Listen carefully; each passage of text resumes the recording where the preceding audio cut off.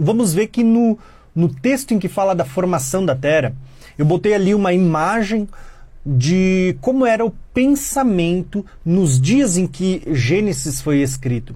Porque vale lembrar que os primeiros filósofos e pensadores que começaram a abordar a visão de uma Terra esférica surgem ali por volta do quarto século antes de Jesus, com o surgimento do Império helenístico, né? A cultura helenística, com o Império Grego, a ascensão do Império Grego, né?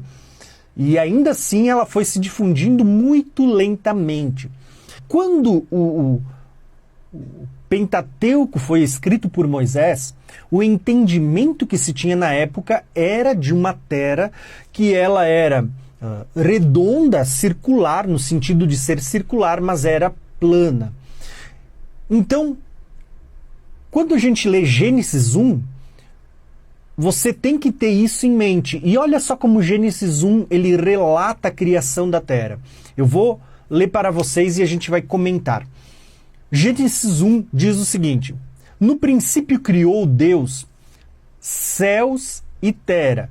Algumas Bíblias traduzem céus no plural, outras céu no singular.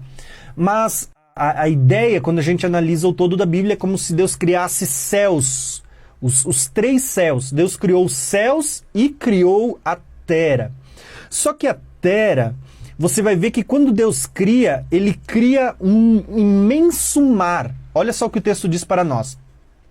A terra era sem forma e vazia, e havia trevas sobre a face do abismo. É como se quando a gente olhasse para esses três céus, aqui embaixo fosse um imenso abismo aonde só haviam águas, né? Um imenso mar.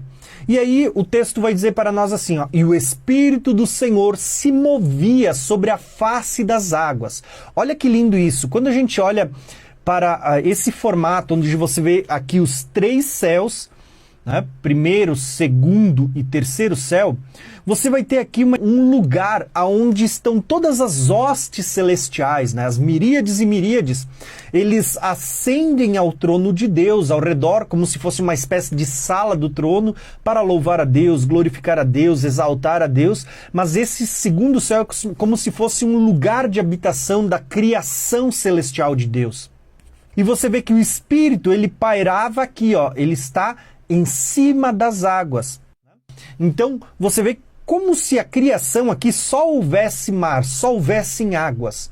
Essa é a narrativa de Gênesis. O Espírito pairava sobre as águas. Só tinha água nessa parte, nesse primeiro céu, né?